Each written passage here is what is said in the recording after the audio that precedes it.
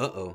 JayZ, it looks like it's your turn to take some heat, as everyone has already heard that Kendrick Lamar will be headlining the Super Bowl 2025 in New Orleans instead of hometown hero Lil Wayne. A few people agree with this, but majority of people are puzzled on why they made this decision. And many have been pointing out how JayZ has been snaking Lil Wayne over the years. But who else has JayZ been shady to? Future. This situation kinda went under the radar because Future decided to not make a big deal out of it, but he definitely felt the way. The first two collaborated on DJ Khaled's song I Got the Keys and everything seemed cool. Later on, Jay released his album 444 and on the song Kill JayZ, he rapped some lyrics that could have been some shots at Future regarding Sierra and Russell Wilson. Jay rapped, "In the future, other niggas playing football with your son. You had lost it. 13 bottles of Ace of Spades. What it do to Boston?" Now, obviously, Future took this as a diss, cause at the time, him and Sierra were going through their public fights over their son, and baby Future has been seen throwing footballs with Russell Wilson. Future said he talked to Jay, and JayZ basically said it wasn't a diss and he didn't mean it like that. But the way Future said it, I can tell he believes it was a diss, but he said whatever and kept it moving. JayZ also denied it in an interview. And they might not know what's going on, cause like we've been saying, like you have been quiet. When you hear a line like JayZ say, you know, playing football in the future, niggas playing football with your son. Yeah, but then when JayZ, when I talked to him, I didn't really say that. I don't, man, I didn't mean it like that. Like, and I was just like, you supposed to be bigging up the rap community. You need to let you know what I'm saying? Like, the NFL deal with the NFL. Right. You supposed to be bigging up me. Anything, right. We come from the trenches. Together, right? I come from the streets, you come from the streets. You supposed to be bigging me up. Right. You supposed to be giving that no negative attention, you know what I'm saying? Like, right. For a hot line, that something gonna always be out. Like, my fault, all that, but it's out now, so it's just like, it ain't no my fault or whatever it is what it is, you know what I'm saying? I ain't even tripping off him. Like you say, like, I'm trying to get to where I'm going and ain't nobody gonna stop me or... To be fair, you know, people are saying that you mentioned Future, and was that a play on words or? Yeah, but yes. Yes, that's fair. That's really fair. I thought about that line, and I thought about hip hop, and I was like, I really don't mean any malice. What I mean by that is the way his situation plays out, because he's such a public figure. My mind would have played out that way, and maybe 4 times more. Like, his child is in a loving environment, from what I see. I don't know, right? So I'm not like discrediting step pops in the whole world. You know, it was just it was a line to say that could happen to me in my future. Just so happened his name was Future, and then I just made a scheme out of it. Right. It was more of a rapper thing. Right. And I thought about it, and I was like, well, I don't mean any malice. There's no malice in what I'm saying. Nas. Besides the infamous beef, which Nas won with Ether, woo, what a disrespectful song. Oh my god. But they squashed it and have been on good terms. But some people say that JayZ won the war and lost the battle and has been sunning Nas ever since. First example was when JayZ signed Nas to Def Jam when he was president. He went from beefing with him to JayZ being his boss. And then there's the coincidences of JayZ dropping music anytime Nas is about to drop his. It's like JayZ is quietly trolling Nas and wants to shit on every moment he has musically. And the thing is, Nas would announce this way ahead of time, and then a couple of days before it drops, bam, JayZ comes out of nowhere and says he's dropping 2 and on the same day. Charlamagne had asked Nas about it, but he basically just brushed it off. But fuck that. JayZ is doing this shit on purpose and does not want Nas to have his own moment without him being connected to him. But what y'all think? With other artists, do you think JayZ releases projects on your album, release dates on purpose? That's what everybody says every time. I saw 50 say that to Woo Kid. I see a little meme going around. No. I think maybe there's an energy that we both have where we feel like we work around the same time, and then the time. They said Stillmatic came out December 18th. They said Jay released Unplugged. Then they said Street Disciple November 30th. Then Collision Course. Nas's greatest hits, American Gangster. Nasir, Everything Is Love. The Lost Tapes, Beyonce, JayZ, Lion King. And that's where it got stupid with the Lion King soundtrack. The Lion King soundtrack is when it gets kind of stupid. And then recently was The Entrepreneur. Yo, bro, that's a hell of that's some coincidence for me. You know, I mean, I don't know about that. I think things just happen. It's just synergy, man. Jay would know. Jay would know better than me. LL Cool J, Mr. Ladies Man himself, but I wouldn't dare try him. Both of them are from the same era and grew up in the industry respecting each other's art, and they've always complimented each other. But it wasn't until 2004 when JayZ became president of Def Jam that they started having friction. Cause at the same time, LL was still signed to the label. With Jay being the new president of Def Jam, he was bringing in new artists such as Rihanna, Neo, Rick Ross, JayZ, and was now focused on finding fresh talent, and LL felt neglected on this. On VH1 Behind the Music, LL says, "That hurt, that was painful, and that created a lot of bruised blood in my spirit. I need my records promoted, and your job is to promote them. He needs to be on the phone calling radio stations. I just don't feel like he had the necessary experience to do that job."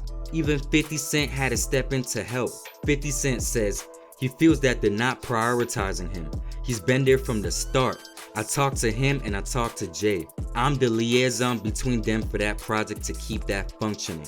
Fast forward to today, both of them have ran across each other multiple times and let the past be the past. But does LL still hold a grudge from it?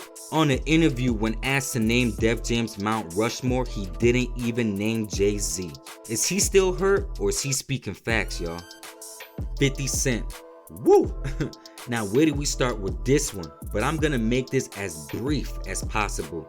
This beef/tension goes all the way back to before 50 Cent even signed the deal back in 1999. On 50's song How to Rob, he throws a shot at everyone, but he said to JayZ, "What, Jigga just sold like 4 milli? He got something to live for. Don't want a nigga putting 4 through that Bentley coupe door." And JayZ responded on It's Hot by saying, "Go against Jigga is dense. I'm about $1. What the fuck is 50 Cent?" And from that moment, 50 was now on Jay's radar. They would compliment each other and throw shots at the same time over the years, so it was always like a love-hate thing. They even went on tour together, the Rock the Mic tour, and even promoted similar shoes, the G Units and the S. Carters. Over the years, they both would still throw shots at each other but kept it cordial. But fast forward to 2022 when 50 Cent performed at the Super Bowl. As 50 recalls, he was never supposed to be performing at the Super Bowl and wasn't even considered. But if it wasn't for Eminem telling JayZ that he's not performing unless 50 performs, they just had no choice. 50 says it's because JayZ still has some bad energy towards him from back in the day. And it also doesn't help the fact that 50 clowns JayZ anytime anything happens to him. 50 is just a natural troller, yo. How did it come about? Like, how did 50 Cent become involved? But look, when I wasn't in the ad, right? Because of look, JayZ and them was putting it together. So I think they still harbor some energy towards me. With M, because like with Nori was, he had communication. He said, "Yeah, I talked to the big homie. He was saying, so Jay, he was telling me, the white boy wouldn't do the truth without 50, right?" And I'm like, that's when I start saying crazy stuff, big, because I look and I go, "Oh, that's your big homie, right?" I hit the homie, the big homie, JayZ, right? And I told him to come pull up on me. And he pulled up on me. I said to my nephew, I said, "Yo, listen, I have to ask him this straight up." So I said, "Yo, why? Who is the people that's on NFL?" And he said to me, "The white guy called for 50 Cent." So I said, "Who's the white guy?" I'm thinking this Jimmy Iovine. He said, "No, Eminem called directly for 50." And he said, "That's his guy." He said, "I can't do it if I can't bring 50 up." Birdman.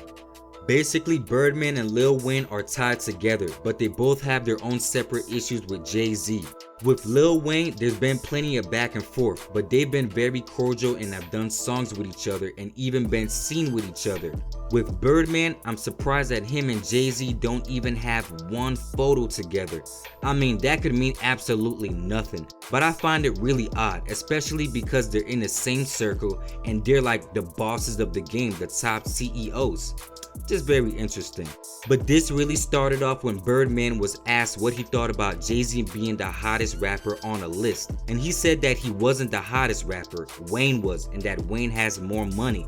JayZ heard that and responded by saying, "Lyrically, that could be a debate, But money, they shouldn't even discuss because he has way more money.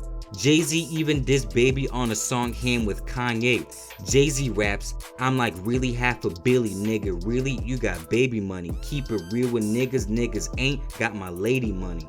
There was even the time JayZ tried to sign Lil Wayne when him and Baby were having problems, trying to steal the cash cow from Baby, and JayZ only offered Wayne $175,000 to sign. What? Just disrespectful. But JayZ got a letter from Birdman's lawyer telling JayZ to knock it off. Wayne ain't going nowhere. Now you mentioned Lil Wayne. I know that you guys were this close to signing Wayne. What happened with that deal? Because I mean, they got to. I mean, Wayne was damn near saying he was Rockefeller, and then it just went left.